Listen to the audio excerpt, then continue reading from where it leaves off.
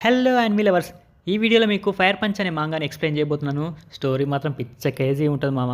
Story స్టార్టింగ్లో దట్టమైన మంచులో ఒక అబ్బాయి వీపు పైన తన చెల్లెల్ని ఎక్కించుకొని అతి కష్టం మీద నడుస్తున్నాడు. అతనికి ఇంకా నడిచే ఓపిక లేదు. అయినా అతను చెప్తున్నాడు, ప్లీజ్ దేవుడా, నేను చనిపోయినా పర్వాలేదు, నా చెల్లెల్ని మాత్రం కాపాడండి ప్లీజ్ అని దేవుడిని ప్రార్థిస్తూ అలా కళ్ళు తిరిగి పడిపోతాడు. నిజానికి స్టోరీ ఏంటంటే, ఐస్విచ్ అనే రాక్షసి వల్ల ఆ ప్రపంచం మొత్తం మంచుతో కప్పబడిపోయింది.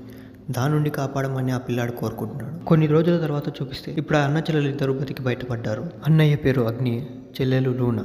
అగ్ని వాడి చేతిని ఒక మొద్దుపై పెట్టి ఇలా చెప్తున్నాడు, ఒకే వెయిట్లో అయిపోవాలి లూనా.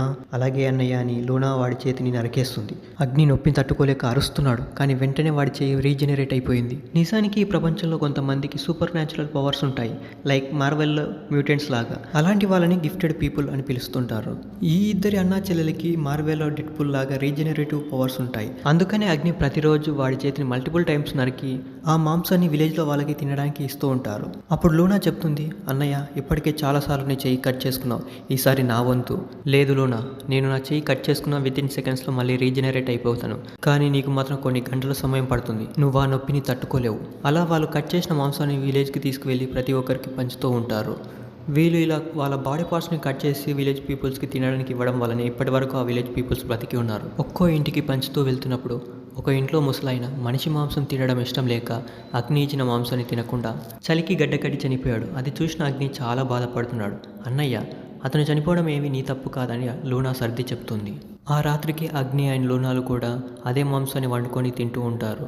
అగ్ని కొంచెం మాత్రం తిని మిగతాదంతా లూనాకి ఇచ్చేసి, చూడు లూనా, నేను ఈజీగా రీజనరేట్ అయిపోగలను, కాబట్టి కొంచెం తింటే సరిపోతుంది.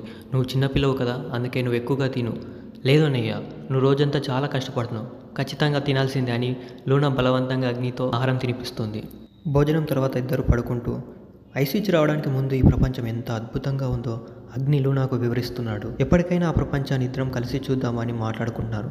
అప్పుడు లూనా మెల్లగా అగ్నికి దగ్గరగా వస్తూ అగ్నితో ఇంటిమేట్ అవ్వడానికి ట్రై చేస్తుంది. ఏ లూనా, ఏం చేస్తున్నావు? ఇదేమైనా game of Thrones web series అనుకున్నావా? అన్న చెల్లెలు ఇద్దరు దెబ్బేసుకోవడానికి? మూసుకొని పడుకో అని బెదిరించి పడుకోబెడతాడు. నెక్స్ట్ డే ఆ చనిపోయిన ముసలాయనకు అందరూ కలిసి అంతిమ సంస్కారాలు జరిపించారు. ఊర్లో పెద్ద ఆయన మాట్లాడుతూ, అగ్ని లూనాలు మనకు ఎంతో కష్టపడి ఆహారం సంపాదించి పెడుతున్నారు, దాన్ని తినకుండా వారి కష్టాన్ని వృధా చేయకండి అని వాళ్ళిద్దరికీ అందరూ కలిసి కృతజ్ఞతలు తెలుపుకుంటారు. మరుసటి రోజు అగ్ని ఆహారం కోసం అడవికి వెళ్తాడు. చాలా రోజుల తర్వాత అతనికి ఒక జంతువు కనిపిస్తుంది. దాన్ని వేటాడి మనిషి మాంసం తినడానికి ఇష్టపడని వాళ్ళకు దీని ఇవ్వచ్చని అనుకుంటాడు. ఇంతలోనే ఒక ప్లేన్ విలేజ్ వైపుగా వెళ్తుంది. ప్రమాదం రాబోతుందని అగ్ని విలేజ్కి పరిగెడతాడు. అప్పటికే సైనికులందరూ విలేజ్ పీపుల్స్ అందరినీ ఒక దగ్గరికి లాక్కొచ్చారు. వాళ్ళ కెప్టెన్ మాట్లాడుతూ, మనం ఇక్కడికి బానిసల కోసం రాలేదు, కొంచెం మర్యాదగా ప్రవర్తించండి, మీ గన్స్ని కిందకి దించండి. అగ్ని అక్కడికి వచ్చాడు. హే, మీరందరూ ఇక్కడికి ఎందుకు వచ్చారు? వెళ్ళిపోండి ఇక్కడి నుంచి. మేము ఇక్కడికి మీతో గొడవ పడడానికి రాలేదు, మాకు యుద్ధంలో ఆహారం సరిపోవట్లేదు, కాబట్టి మీ దగ్గర ఆహారం తీసుకోవడానికి వచ్చాను. ఇక్కడ మాకే తినడానికి ఏమీ లేదు, మీకు ఇలా ఇవ్వగలం, ఇక్కడ నుంచి వెళ్ళిపోండి. మీరు ఎంత చెప్పినా మేము తీసుకోవాల్సింది తీసుకుంటాం. నువ్వు చాలా స్ట్రాంగ్గా ఉన్నావు అబ్బాయి, మాతో పాటు వచ్చాయని కెప్టెన్ అడుగుతాడు. కానీ అందుకు అగ్ని ఒప్పుకోడు. ఇదే నా ఇల్లు, నేను ఇక్కడే బతుకుతాను అంటాడు. ఇంతలోనే కొంతమంది సైనికులు వచ్చి, కెప్టెన్, ఇక్కడ ప్రతి ఇంట్లోనే మనిషి అవయవాలు ఉన్నాయి, వీళ్ళు మనిషి మాంసం తినడానికి అలవాటు పడ్డారు, ఇలాంటి వాళ్ళ దగ్గర మనం ఆహారం తీసుకోవడం అంత మంచిది కాదని చెప్పి సైనికులంతా తిరిగి వెళ్ళిపోతుండగా కెప్టెన్ అగ్నిని అడుగుతాడు, మీలో ఎవరైనా గిఫ్టెడ్ పీపుల్ ఉన్నారా అని. అందుకు అగ్ని నిజం చెప్తే వాళ్ళని బానిసలుగా తీసుకువెళ్తారేమో భయపడి లేరు అని అబద్ధం చెప్తాడు. అప్పుడు కెప్టెన్ చెప్తాడు, నేను ఒక గిఫ్టెడ్ పర్సన్ని, నా మంటలు ఒక్కసారి అంటుకున్నాయంటే అది ఏదైనా సరే పూర్తిగా కాలి బూడిదయ్యేంత వరకు ఆ మంటలు ఆరవు అని చెప్పి విలేజ్లో ఉన్న వాళ్ళందరినీ తన మంటలతో కాల్చి వెళ్ళిపోతాడు. ప్రతి ఒక్కరు కాలి బూడిదైపోతారు. కానీ అగ్నికున్న రీజనరేటివ్ పవర్స్ వల్ల తను కాలే కొద్దీ మళ్ళీ తిరిగి రీజనరేట్ అవుతున్నాడు, తిరిగి మళ్ళీ కాలుతూనే ఉన్నాడు. అగ్ని ఆ నొప్పిని తట్టుకోలేకపోతున్నాడు. తనకున్న వరమే ఇప్పుడు శాపంగా మారింది. ఇప్పుడు కూడా అగ్ని ఒకటే కోరుకుంటున్నాడు, ఎలాగైనా ఈ మంటల నుంచి తన చెల్లెలు లూనాని దూరంగా ఉంచు దేవుడా అని. కానీ అంతలోనే లూనా మంటల్లో కాలిపోతూ నొప్పికి భరించలేక అరుస్తూ అగ్నికి కనబడుతుంది. తన కళ్ళ ముందే తన చెల్లెలు నొప్పిని భరించలేక విలవిలలాడిపోతుంది. కానీ లూనా రీజనరేటివ్ పవర్ స్లోగా ఉండడం వల్ల నువ్వెలాగైనా బతకాలి అన్నయ్య అని చెప్పి చనిపోతుంది. కానీ అగ్నికి ఆ అదృష్టం లేదు. తనకున్న రీజనరేటివ్ పవర్స్ వల్ల రోజులు కాదు, నెలలు కాదు, సంవత్సరాల తరబడి అలాగే మండుతూనే ఉన్నాడు.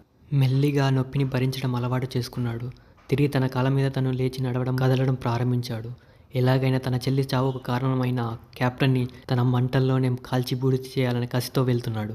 ఈ పిడికిలితోనే నిన్ను కాల్చి బూడిద చేస్తాను కెప్టెన్ డోమా. కొంతకాలం తర్వాత సైనికులు కొంతమంది బానిసల్ని ట్రక్లో తీసుకువెళ్తూ ఉంటారు. టాయిలెట్కు వెళ్ళడం కోసమని మధ్యలో ట్రక్ ఆపుతారు. ఎలాగో ఆపాం కదా, ఈ ముసలి వాళ్ళని తీసుకువెళ్ళడం ఎందుకు, మనకు కావాల్సిన పిల్లలు మాత్రమే కదా అని ముసలి వాళ్ళని చంపేద్దాం అనుకుంటా. అప్పుడు అందులో ఒక సైనికుడు ముందుకు వచ్చి, మహారాజు గారు గిఫ్టెడ్ పీపుల్ని సేకరించమని చెప్పారు, మీలో ఎవరైనా ఉంటే చేతులు ఎత్తండి.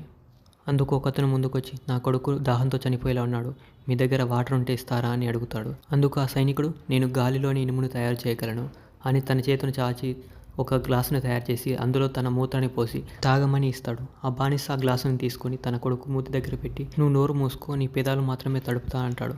అందుకు ఆ సైనికులందరూ నవ్వుకుంటారు. హే, వీళ్ళెంత మూర్ఖులు, వీళ్ళు మూత్రాన్ని తాగుతున్నారు, ఇలాంటి వాళ్ళు మనకు ఎందుకు పనికిరారు అని చెప్పి వాళ్ళని వరుసగా నిలుంచోబెట్టి ఒక్కొక్కరిగా కాల్చి చంపేస్తున్నారు. అప్పుడు ఆ బాబు తనని కాపాడమని దేవుణ్ణి ప్రార్థిస్తున్నాడు. అప్పుడు అతన్ని కాల్చకుండా సైనికుడు ఆగిపోతాడు. ఎందుకు ఆగిపోయావు అని అడిగితే, దూరంగా ఏదో కదులుతుంది, నాకు తెలిసి అతను గిఫ్టెడ్ అనుకుంటా. అతను ఎవరో కాదు, మన అగ్ని. ఒళ్ళంతా నిప్పులతో మండుతున్న అగ్నిగోళంలో ఉన్నాడు. అక్కడ పడి ఉన్న శవాలని చూడగానే అగ్నికి తన చెల్లెల్ని ఊరి జనాల్ని కాల్చి చంపేసిన కెప్టెన్ డోమాని గుర్తుకొచ్చాడు. అతను కోపంతో రగిలిపోతున్నాడు. కోపంగా వస్తున్న అగ్నిని చూసిన ఆ సైనికులు, అతని సంగతి నేను చూసుకుంటాలే అని చెప్పి ఆ గిఫ్టెడ్ పర్సన్ తన ఒంటి నిండా ఐరన్తో ఒక కవచంలా తయారు చేసుకుని అగ్నిపైకి వెళ్తాడు. కానీ అగ్ని ఒకే పంచుతో అతన్ని కాల్చి బూడిద చేస్తాడు. ఎందుకంటే అగ్ని ఒంటికున్న మంటలు దేని తాకినా అది పూర్తిగా కాలి బూడిదయ్యేంత వరకు అస్సలు ఆరిపోవు. అలా అక్కడున్న ప్రతి సైనికుడిని తన ఫైర్ పంచుతో కాల్చి బూడిద చేస్తాడు. సో గైస్, ఇదే ఫస్ట్ చాప్టర్. మీకు ఈ వీడియో నచ్చినట్లయితే లైక్, సబ్స్క్రైబ్ చేసి నాకు సపోర్ట్ చేయండి. నెక్స్ట్ వీడియోతో మళ్ళీ కలుద్దాం. బాయ్.